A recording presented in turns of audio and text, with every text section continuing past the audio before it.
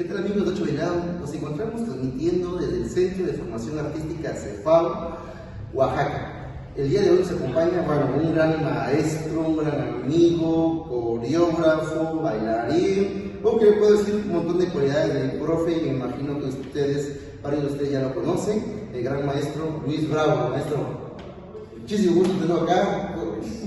Yo estoy más que agradecido por este espacio, por esta presentación tan maravillosa. Creo que qué mejor que el maestro me haya presentado de esa manera, y sumamente contento, feliz de estar aquí, de compartir en esta plática, entrevista de amigos, de grandes amigos, y también de seguir apoyando toda esta cuestión educativa y formativa de Oaxaca. Maestro, cuéntenos, varios de nosotros nos gustaría saber cómo usted se comienza en este mundo del folclore, de la bailada, cómo se mete, desde pequeño le gustó o cómo comienza. Sí, fíjate que en la casa, en la familia, no hay personas que tengan como este perfil dancístico. Sin embargo, creo que ha sido para mí fundamental mis dos papás, ¿no? Mi padre, mi madre Alejandra, mi padre Jorge, que ellos siempre fueron unos bailadores natos, ya lo traían y todo eso, pero el simple hecho de que ellos bailaran con nosotros, que bailaran con tanta pasión y con tanta alegría, creo que ese gusanito me lo fueron inculcando y fueron transmitiéndome esa pasión. No, yo desconocía la parte formativa de las carreras de danza, del ballet, del contemporáneo, pero sin embargo creo que ellos hicieron una gran labor conmigo desde poner esa semilla y ese grano. Sí, profe. Entonces, pero ustedes son desde muy pequeño en la danza. Yo comencé como a los 10 años. Yo lo que recuerdo, mi primera aparición en la danza, y la cual no profesional, claro, está en la escuela, fue bailando Pajaritos a Volar. Yo era muy feliz porque yo quería tener mi traje y todo en el jardín de niños, y mi hermano no quería bailar, y entonces yo dije, pues yo entro al quite, no había ensayado la coreografía, y entré y bailé. Y después tengo otro momento muy importante en mi vida, haber bailado la danza de los viejitos en segundo de primaria. Entonces esos momentos para mí han quedado muy guardados y muy marcados, tanto en mi mente como en mi cuerpo y en mi sangre, que eso creo que me dio como ese impulso, sumándole por supuesto esta iniciativa involuntaria de mis papás, de que a la hora de que ellos bailaban en una fiesta lo hacían con gran pasión y con gran alegría, que eso me lo fueron inculcando de manera indirecta, y creo que de ahí sumo que ellos son los responsables de que hoy por hoy yo me encuentro aquí platicando y compartiendo con ustedes estas experiencias. Y poco después pues descubro por supuesto la danza folclórica en la secundaria, ya mucho más formativa, y después ingreso al CEDAR. Después egreso del CEDAR y me voy a estudiar a la escuela, a la Academia de Danza Mexicana de Bellas Artes en la Ciudad de México. Termino de ahí y me voy a hacer la carrera de coreógrafo en la Escuela Nacional de Danza Clásica y Contemporánea de Lima, en el Centro Nacional de las Artes. Después de ahí me voy becado a la Latin American Arts Theater, y así es como continúo todo el tiempo. Entonces la vida me ha llevado entre el folclore, que para mí es algo muy importante y que no lo puedo borrar, pero la danza clásica y la danza contemporánea o la danza jazz me han venido a permitir que mis lenguajes de movimiento sean mucho más amplios, más diversos, y que todos los trabajos que normalmente realizo tienen que ver con esta parte mexicana, oaxaqueña, y que lo traspaso a estas nuevas técnicas europeas como el ballet, o las técnicas americanas como la danza contemporánea, y hago estas fusiones que para mí son muy importantes, sí, que yo le llamo contemporánea. Wow, profe. Entonces usted, digamos, y también empieza a mezclar parte contemporánea con el folclore, y bueno, de ahí imagino que usted estudió también licenciatura de danza contemporánea, me parece, ¿no? ¿Y cómo sintió ese cambio? Porque de una vez son diferentes la propuesta folclórica con la propuesta contemporánea. ¿Siempre le gustó el contemporáneo, o desde que lo vio sintió que ese era su camino, o los dos le gustan igual por igual? Yo hubo una disyuntiva en mi formación, y creo que, como bien lo decía, comencé con el folclore, pero cuando yo conozco la danza contemporánea, que es el CEDAR y el ballet, para mí fue un choque muy fuerte, ¿no? Y esta lucha de repente de por qué me tengo que poner unas mallas o por qué tengo que ponerme contemporáneo. Wow, profe. Entonces usted, digamos, y también empieza a mezclar parte contemporánea con el folclore. Y bueno, de ahí me imagino que usted estudió también licenciatura de danza contemporánea, me parece, ¿no? ¿Y cómo sintió ese cambio? Porque de una vez son diferentes la propuesta folclórica con la propuesta contemporánea. ¿Siempre le gustó el contemporáneo o desde que lo vio sintió que ese era su camino o los dos le gustan igual por igual?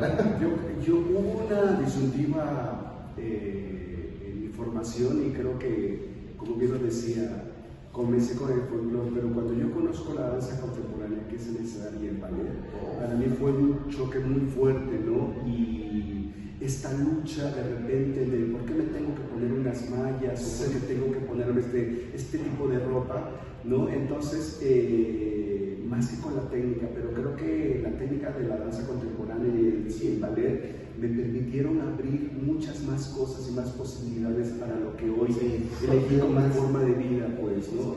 Y tiene que ver mucho con la composición coreográfica. Yo siempre digo a mis alumnos que la danza es como los idiomas, entre más idiomas hablemos, mejores formas de comunicación vamos a tener, y la danza pasa lo mismo, entre más técnicas de entrenamiento y estilos aprendemos, mejores formas de expresión vamos a tener. Y creo que para mí eso ha sido como muy importante hoy por hoy, y sin perder, claro, esta parte de identidad que me identifica como oaxaqueño, que vas y pones tu bandera en otro lugar y dices yo soy mexicano, soy oaxaqueño y todo eso, y a lo mejor no es que porte una camisa bordada o algo así, pero sin embargo creo que sí lo puedo manifestar visualmente en cada una de mis obras coreográficas. Sí. ¿Cuál puede decir, nos puede contar alguna de sus, bueno, que sea usted de sus coreografías que haya hecho? Porque sabemos que también llevó, yo claramente quiero mucho esa coreografía que usted montó a la delegación de Buquila, del Musito Buquileño, pero me imagino que entre usted y todo su repertorio va a tener alguna coreografía que le haya gustado más de las que ya ha hecho. ¿Alguna que nos quiera compartir, profe? Pues mira, yo creo que cada obra tiene su momento y su particularidad, y creo que tiene un valor muy especial para mí como coreógrafo. Y creo que, como bien mencionas, estos trabajos que hice con Buquila, las coreografías que para mí fueron de gran aportación cultural, de identidad, de reforzar muchas cosas, técnicas, formas de cómo transmitir el conocimiento y compartirlo con la gente de mi estado, para mí fue fundamental. Yo llego a Buquila en el 2003, sí, ¿no? Por un intercambio académico con la Academia de la Danza Mexicana de Lima y el municipio de Santa Catarina, Buquila. Y precisamente el encuentro fue en un festival costeño de la danza. Ahorita creo que fue aproximadamente, creo que en el 2000 o en el 2001 o 2 por ahí. Y ahí es donde se generan esos lazos muy fuertes, ¿no? Sin perder la parte del pasado. Siempre fui, por parte de mis padres, un fiel devoto de ir a visitar año con año a la Virgen, como todos los oaxaqueños lo hacemos, ir, llegar empolvados de Tierra Blanca, pasar por Juchatengo, por todos estos lugares, ¿no? Y creo que eso también marcó mucho para que yo pudiera visualizar coreográficamente lo que el municipio de Buquila tenía que presentar en la Auditorio de la Guetzma, en los lunes del cerro, ¿no? Entonces, en el 2003 concretamos las mayordomías de Santa Catarina, Buquila, pero si bien muchos municipios en todo el país, en especial en Oaxaca, tienen mayordomías, había algo que les faltaba identificar al municipio, y por eso hago como esta conexión de mi pasado, niñez, juventud, y de ir a visitar a la Virgen año con año, ir con mi familia y pasar por el pedimento, pasar por el manto de la Virgen y hacer todo este ritual que era muy importante. Esto marcó mucho la primera composición coreográfica que hice para ellos en el 2004, que se llamaba Alabanzas Soles y Chilenas a la Virgen de Buquila, donde pues narramos todo este proceso que les acabo de compartir, ¿no? Entonces, creo que ahí poquito a poquito empiezo a poner como parte de lo que yo soy y de lo que yo creo, esta vinculación entre la parte académica y la parte innata de lo que es el oaxaqueño, porque yo siempre digo también en todas las partes donde digo, desde antes de nacer los oaxaqueños ya bailamos, ya pintamos, ya cantamos, ya escribimos poesía, ya narramos, ya hacemos muchas cosas. Entonces, creo que ahí poquito a poquito empiezo a poner como parte de lo que yo soy y de lo que yo creo, esta vinculación entre la parte académica y la parte innata de lo que es el oaxaqueño, porque yo siempre digo también en todas las partes donde digo, desde antes de nacer los oaxaqueños ya bailamos, ya pintamos, ya cantamos, ya escribimos poesía, ya narramos, ya hacemos muchas cosas, ¿no? Y la gente me dice, ¿cómo que desde antes de nacer? Sí, ya están en los genes, ya estamos en el vientre de la madre, ya estamos haciendo arte desde adentro, ¿no? Ya lo estamos absorbiendo. Entonces, para mí, más que literal, es algo metafórico y poético, pero muy, muy significativo. Y esta obra, pues claro que marca algo muy especial para mí, ¿no? Las alabanzas son chilenas a la Virgen de Juquila, donde se crea una pieza especial con la orquesta típica, con el maestro Omar, que ha sido un gran aporte artístico y formativo para la comunidad y también para mí. Pero después seguimos trabajando con ellos, año con año, hasta el 2006-2007 por ahí, y de repente voy a atender otras cosas artísticas, y en el 2014 volvemos a regresar con Juquila para hacer una nueva coreografía que me pedía el presidente municipal en ese entonces, el licenciado Manuel Luis Sánchez, una persona que ha creído mucho en el arte, y ha creído mucho en los jóvenes, y ha creído mucho en el apoyo para que las representaciones dancísticas tengan ese empuje formativo, pero también profesional, y eso creo que a nosotros como creadores nos da un impulso y seguridad para poder ampliarnos y crear abiertamente, ¿no? Y ahí creamos la obra, venía la coronación de la Virgen en el 2014, y entonces pues, se tenía que hacer algo alusivo a eso.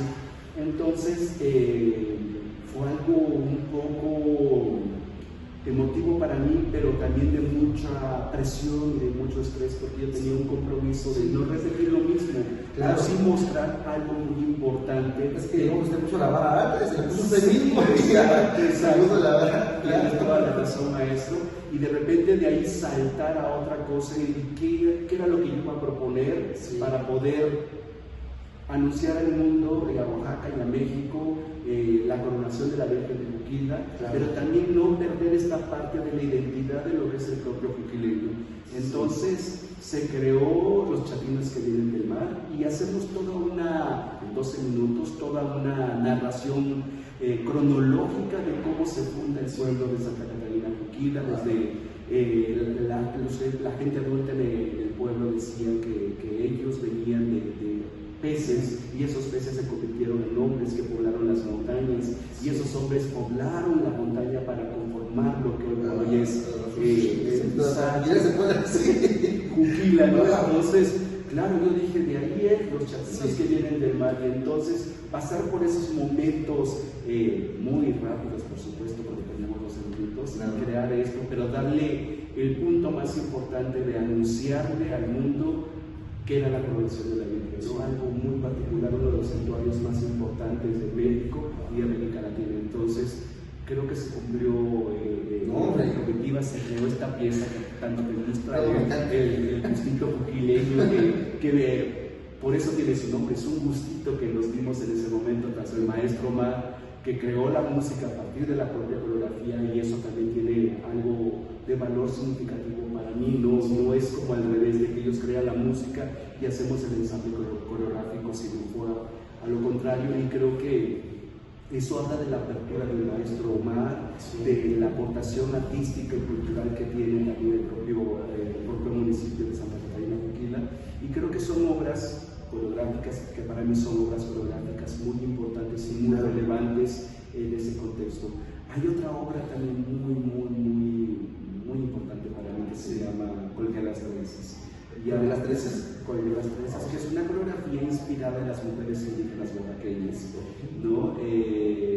habla sobre los derechos de las mujeres indígenas en especial, ¿no? De que se han vuelto abusos y costumbres, no como dicen antes, usos y costumbres, ¿no? Sino que las mujeres, como cualquier ser humano, tienen derechos a todo, no minimizar, no discriminar, no explicar nada, y entonces es una obra muy significativa para mí, que emotivamente a mí me hace pensar, reflexionar, vibrar, y pues bueno, creo que esa también es una obra, y hay otras más, Polvos de Arena, inspirada en la obra de Francisco Toledo, asesorada por él, no coreográficamente, porque él me decía, Francisco Toledo me decía, es que yo no soy coreógrafo, ¿y en qué te puedo ayudar? No sé, yo quiero ver cómo trabaja, cómo hace, cómo esto, empalmarme de su proceso personal, de cómo es él en la vida cotidiana. Usted dice, plasmó a las exacto, desde su infancia, su niñez, y todo esto, su propia obra, esta parte del erotismo implícito en la obra de Francisco Toledo, el trabajo de la doble línea que tenía, que era algo muy preciso y muy técnico en él, y creo que fue una obra en el 2004 que salió becada por el Fondo de Cultura de Oaxaca. ¿Y eso lo montó en Oaxaca? Eso lo monté aquí, hice todo el trabajo aquí, de investigación, de todo esto, pero la coreografía la monté en la Ciudad de México, porque yo seguía estudiando en la Ciudad de México, que ella decía al final de esa carta, poniendo en duda el tamaño del mundo, que le decía, mamá, Andrés Anestrosa decía, es que yo estoy en Chicago, en Nueva Orleans, y la mamá decía, al saber si existen esos lugares, porque ella vivía en el Istmo de Tehuantepec, entonces creo que ella no visualizaba el tamaño de lo que era el planeta y que realmente existían otros lugares más donde su hijo podría aprender mucho más cosas, ¿no?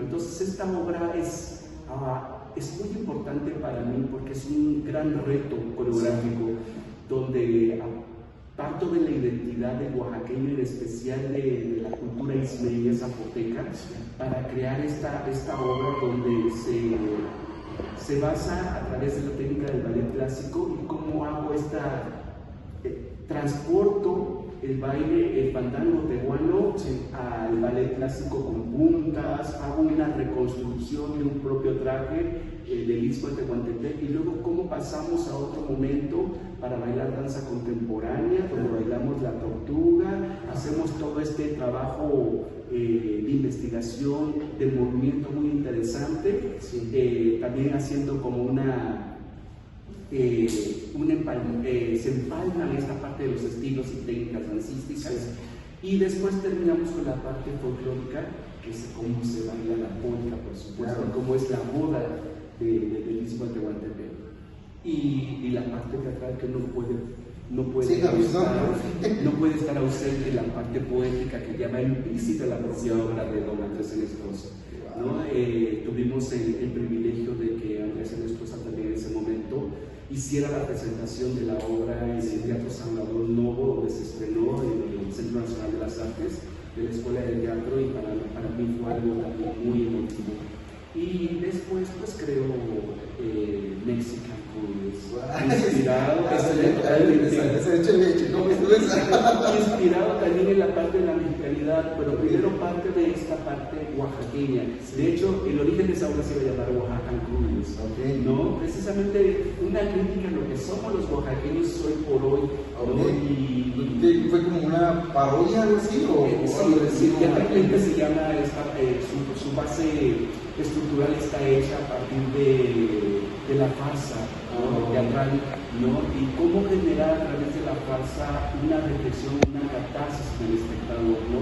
De lo que somos, hacia dónde vamos, qué queremos como sociedad y qué es lo que nos va a aportar hoy por hoy, lo que nosotros estamos haciendo para nuestros hijos, sobrinos, nietos y todo eso. Entonces, creo que también es una obra que también es muy importante, y así otras obras más pequeñitas que también creo que no pasaría más tiempo y no tendría mejor entrevista, pero hay muchas más obras, ¿no? O sea, ¿no? El Pinotepa Sinfónico que hicimos con la maestra Liliana Bazán, la hija de Amalia Hernández, y que se estrenó en el Palacio de Bellas Artes en el 2019 con el SECAM, y así, ¿no? Entonces, todas estas cosas, yo creo que son muy importantes.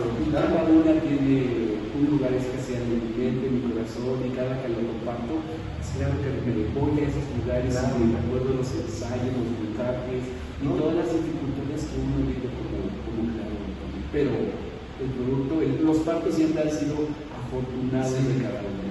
Digamos, cuando usted ve ya todo lo logrado, se siente como que pues bonito, ¿no? Se siente como que satisfacción, porque también como las ganas están, ¿no? Pero también hay contrariedades, problemas de que a veces tiene que ver uno cómo solucionarlos y sacar el topo, ¿no? Maestro, ¿y usted cómo, ahorita la danza actualmente, cómo ve?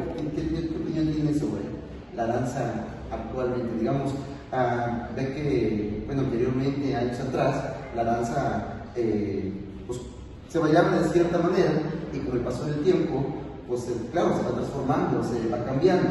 Pero, ¿usted qué opinión tiene digamos, de la transformación de la fiesta, de la guetza, vamos a decirlo así, ¿no? Que ahorita ya se transformó totalmente a la fiesta del pueblo que era antes.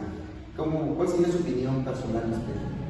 Pues mira, creo que me haces una pregunta un poco complicada en el sentido coreográfico, podríamos decirlo así, porque creo que son dos polos totalmente opuestos.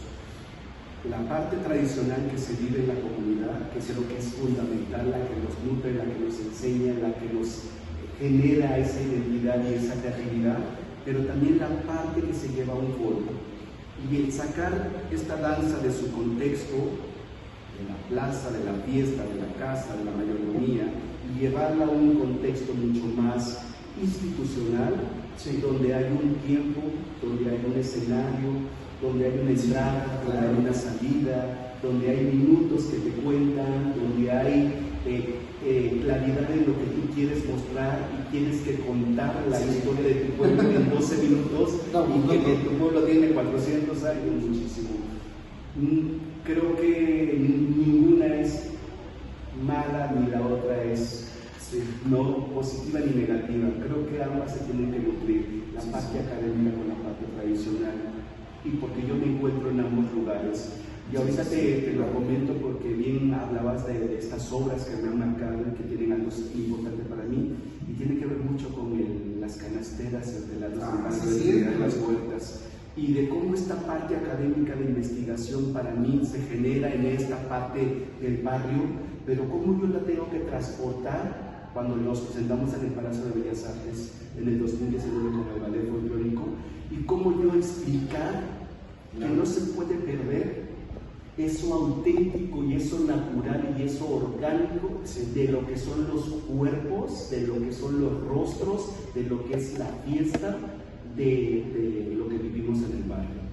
Claro. Y creo que en ese momento, cuando lo platicaba con la maestra Viviana Basanda, la hija de Amalia Hernández, le decía: Luis, tenemos que dejar que esto fluya, y cómo ambos proyectos se fusionan de cierta manera escénica, pero se nutren, y tanto estos bailarines del folclórico aprenden de esta parte orgánica y natural que en cierto momento se va perdiendo como un trabajo ¿no? cotidiano, como estos de la parte originaria se nutren y ven todo lo que estos grandes bailarines escénicos construyen y deconstruyen para poder formalizar algo. Creo que fue algo muy bello este encuentro académico y escénico con esta parte de la identidad, porque creo que ambos grupos se fortalecieron mucho. Wow, profe. De ahorita hablaba precisamente cómo surge, profe, esa inquietud de, ¿cómo se puede decir?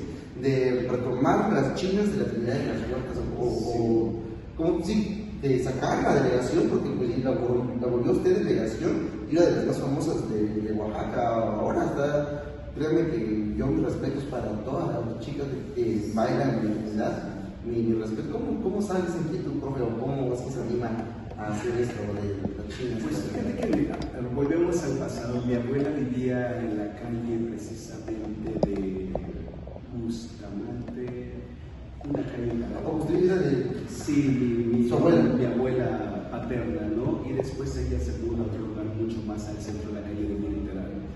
Pero anécdotas de mis padres precisamente, ¿no? De cómo la abuela vivía en este lugar y cómo ella pertenece a este mismo barrio de floricultores y hortelanos, ¿no? Precisamente como el barrio de Consolación, donde está la iglesia de Consolación. Y de cómo hacías esta conexión con el barrio de la Trinidad. Creo que la vida te pone en el lugar indicado, con la persona indicada, en el momento indicado, para que tú puedas generar esa reflexión y decir, ¿por qué me toca estar aquí? Y así fue como llegamos un día. Día de lluvia, te metes a la iglesia de la Trinidad, te resguardas y dices, ¿qué hago? ¿Qué tengo que hacer? ¿Por qué? Y la lluvia no termina de suceder. Y claro que ahí haces esa conexión y ese trabajo comunitario que para mí es muy importante. Así como el trabajo profesional, artístico y académico y de investigación es muy importante para mí, el trabajo comunitario es sumamente importante. Y ahí es donde hace esta conexión y surge algo. Y hacemos todo este trabajo de investigación con la gente adulta del barrio. Muchos ya no están con nosotros, digo, la plana mayor ya se nos fue.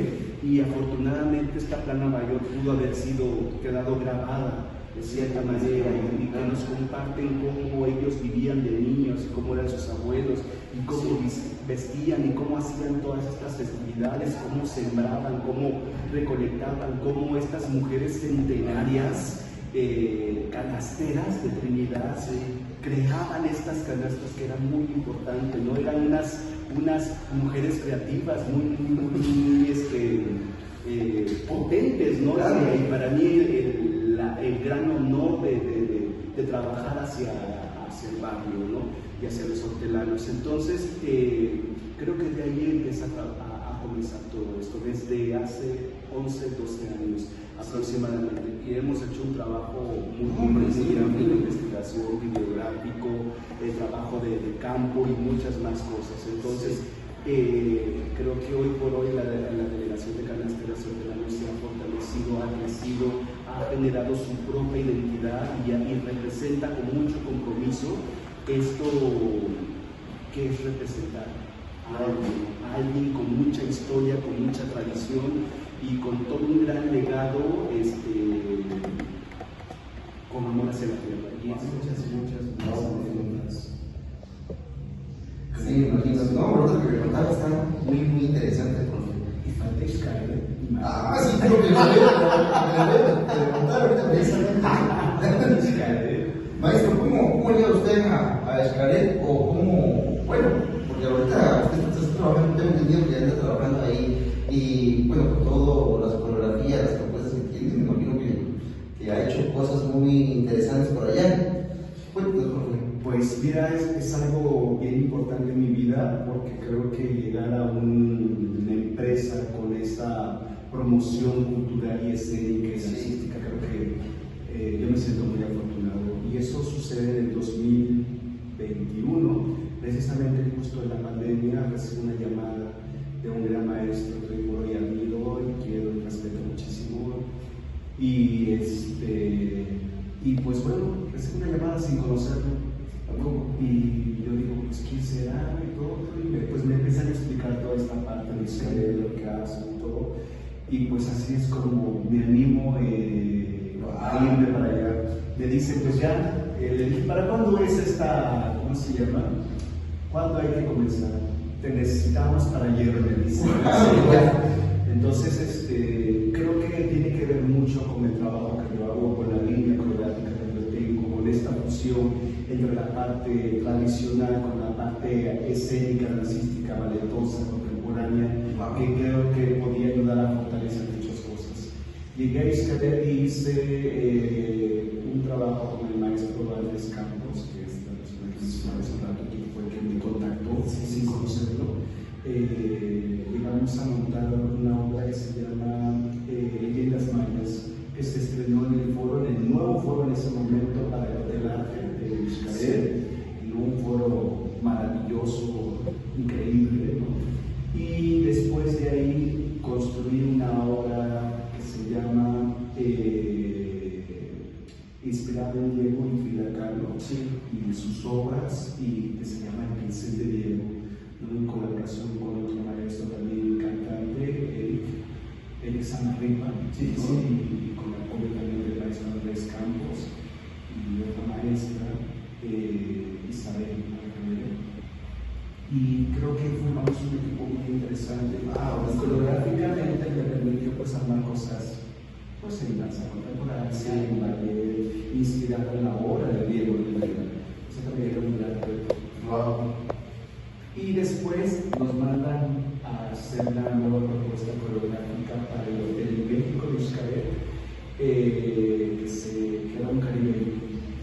Yo no, pues de caribeño yo no sabía nada, ¿sabes? Entonces yo decía, para mí es un gran reto histórico, simbólico, dancístico, porque era hablar de Puerto Rico, era hablar de Dominicana, era hablar de Trinidad y Tobago, era hablar del Caribe mexicano, era hablar de otros países que conforman el Caribe. Y le exigen más a uno, a usted como profesional, y no sé, ¿cómo le hace usted para actualizarse más, digamos? Porque en este caso se tuvo que echarle una informada, ¿no? Sí, aparte de meterte a leer, ver fotografía, investigar, escuchar música del país, creo que afortunadamente existe el Internet y con Internet podemos hacer un buen uso de esas plataformas, de ver y escuchar todo lo que se hace en esos países, y creo que eso también me ha ayudado a poderme acercar, y creo que también la vida me ha dado la oportunidad de, en ciertos momentos, de visitar ciertos lugares y saber contextualizar exactamente de qué se trata el clima, cómo camina la gente, cómo vive la gente, qué come, ¿me entiendes? Cómo habla, y creo que eso también tiene que ver mucho con que para un creador pueda tratar de plasmar algo que, a pesar de que es ajeno a mi cultura, puedo transmitir eso de lo que ellos son, o acercarme a lo que ellos son, ¿no? Entonces, el caribeño que se llama Corazón de Madera, justamente habla de esta parte de Cuba y todos los rituales, ¿no? que se viven ahí, ¿no? Venezuela, y todo esto creo que para mí fue algo muy enriquecedor, de mucho aprendizaje, de replantearme nuevas cosas en la vida para saber de dónde estoy, qué estoy haciendo y hacia dónde me quiero proyectar, y cómo me tengo que proyectar a las nuevas generaciones, a cómo poderme, que tienen esa gran pasión de bailar y de hacer cosas, y de cómo hacerles también reflexionar a los padres y a la sociedad en la cual nos desarrollamos, de que las escuelas de danza son un foco muy importante, y de que la danza no es una actividad de ocio, no es algo que nada más me pone en un disculpario, sino que tiene que ver con un trabajo digno, ¿sí? Que podemos vivir dignamente, y creo que es algo que con lo que tenemos que luchar, aparte de también de enseñarle a las instituciones gubernamentales que tienen que generar nuevas políticas culturales para que esto se pueda fortalecer, y que las escuelas que están formando bailarines, las compañías independientes que están haciendo un gran trabajo día a día, creo que necesitan el respaldo institucional, y que la gente crea en lo que se hace con el arte. Wow, maestro. ¿Y cómo usted, tiene dos, ¿cómo se puede decir? Con responsabilidades muy grandes, estar en Xcaret, y también tengo entendido que está usted por la maestra Viviana Bazán en México, y entonces coordinar tiempos y coordinar la agenda y todos esos dos trabajos que piden mucho, pues, entrega total de usted. ¿Cómo lo vive haciendo usted? ¿Cómo se coordina? 5 veces es una gran pregunta que yo a veces no sé ni cómo lo logro, pero creo que tener un equipo de trabajo, eso para mí es muy importante, ¿no? La señora Concepción Sánchez, la señora Pamela, el maestro Elena Milán, la maestra Irene, que son un gran apoyo para mí, que comenzaron siendo mis alumnos y que ahora son parte importante y columnas importantes de mi trabajo. Creo que gracias a ellos yo puedo estar en otros lugares, porque si no los hubiera hecho con ellos, creo que no podríamos estar en la Ciudad de México con la maestra Viviana, o estar en Xcaret, o atender la delegación de canasteras y hortelanos de Oaxaca, del Día de las Huertas, o atender el ensamble dancístico de Oaxaca, que también es una compañía que yo dirijo, o atender, iniciar la fertilización de las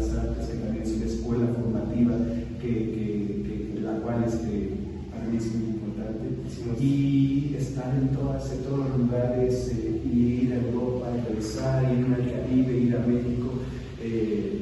Es muy cansado, es muy agotador, es muy estresante como persona, como algo físico, pero a nivel emotivo, intelectual, emocional, eso a mí me inyecta y me da más fuerzas para llegar y compartir todo eso que aprendo en otros lugares y con otras personas, transmitirlo y compartirlo con ellos, que me están viendo, con mis alumnos que van a tomar una clase conmigo o con ellos que se sientan a platicar y tomar un café rico y todo eso. Creo que es ese de fortalecer esos lazos, ¿no? El conocimiento es para compartir.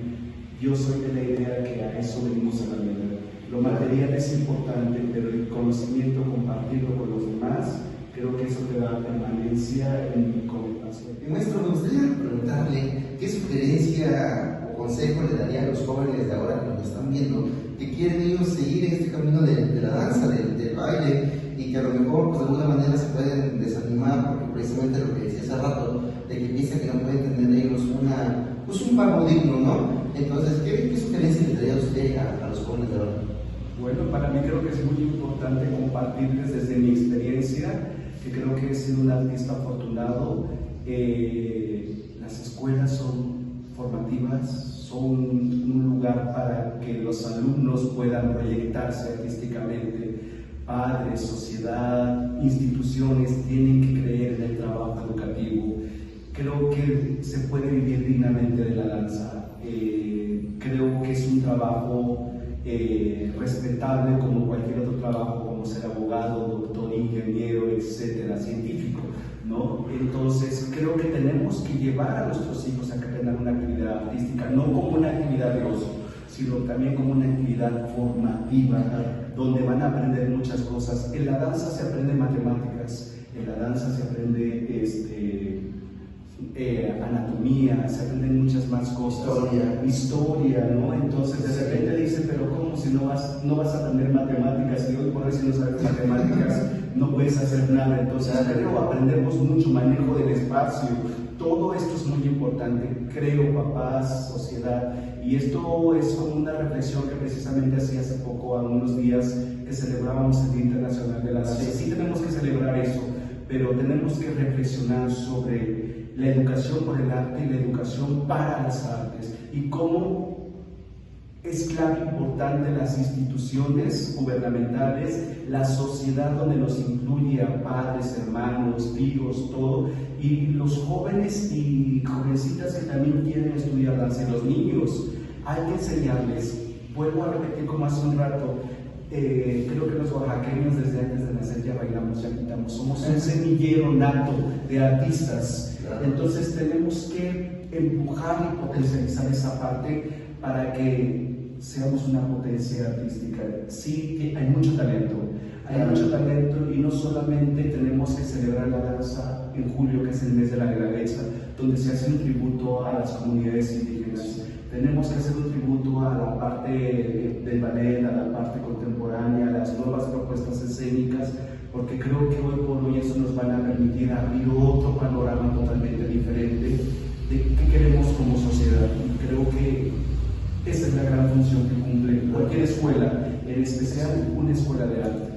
Wow, maestro, no, creo que podemos quedar aquí hablando toda la tarde de danza, y escucharlo para mí es un verdadero placer, profe. Amigos de 8 Venado, pues creo que vamos a tener una segunda parte, pero por esta tarde quiero que despidamos al maestro Luis Bravo, que nos hizo el gran favor de estar con nosotros esta tarde, y bueno, esperemos que nos den la oportunidad de otra platicada, ¿no? ¿Cómo ven? Maestro, por supuesto, yo encantado de estar platicando y de compartiendo mis experiencias para que tú que nos estás viendo te animes a ser un bailarín, un coreógrafo, un maestro de danza, un músico, un pintor, un poeta, y que Oaxaca tiene grandes posibilidades académicas y artísticas, y que hoy por hoy tenemos que proyectarnos hacia el mundo. Gracias a ustedes, maestros, gracias a las instalaciones de CEFAO por recibirnos con mucho cariño y mucho respeto, y gracias a ti que me escuchas y que vas a poder compartir tus experiencias desde el WhatsApp. Sí, claro, desde YouTube, desde Facebook y todo. Todas las redes sociales. Muchísimas gracias.